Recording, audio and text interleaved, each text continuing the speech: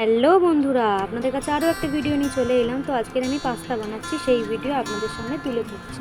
তো আমি সব সবজি এখানে কেটে রেখেছি। লঙ্কা কুচি, রসুন কুচি, পেঁয়াজ কুচি, গাজর কুচি, বিনস কুচি আর ক্যাপসিকাম কুচি। তো এখানে আমার সব সবজি কাটা হয়ে গেছে। চলুন এবারে ডিমটাকে ফাটিয়ে নেওয়া যাক। আমি এখানে 4টে ডিম নিয়ে নিয়েছি। ডিমটাকে একটু ফেটিয়ে নিলাম। গরম কড়ায় তেল দিয়ে ডিমটাকে দিয়ে দিলাম। তারপরে ডিমটাকে ভালো করে নেড়ে নেব।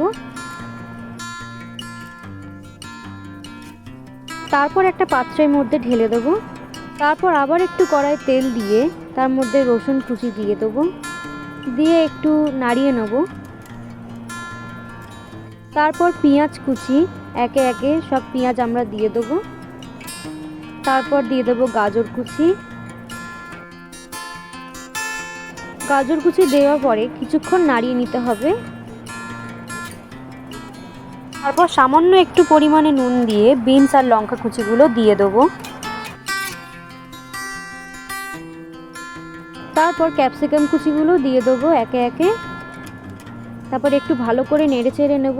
তার মধ্যে দিয়ে দেবো সেদ্ধ করা পাস্তা। তো আমি 2 রকমের ডিজাইনের পাস্তা নিয়েছি। তারপর একটু নুন আর স্বাদ মতো চিনি দিয়ে দেবো।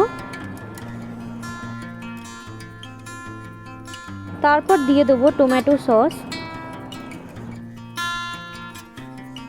তারপর দিয়ে দেবো সয়া সস একটু। তারপর আপনাদের পরিমাণ বুঝে একটু গোলমরিচ দিয়ে নেবেন। তারপরে ভালো করে নাড়াচাড়া করবেন।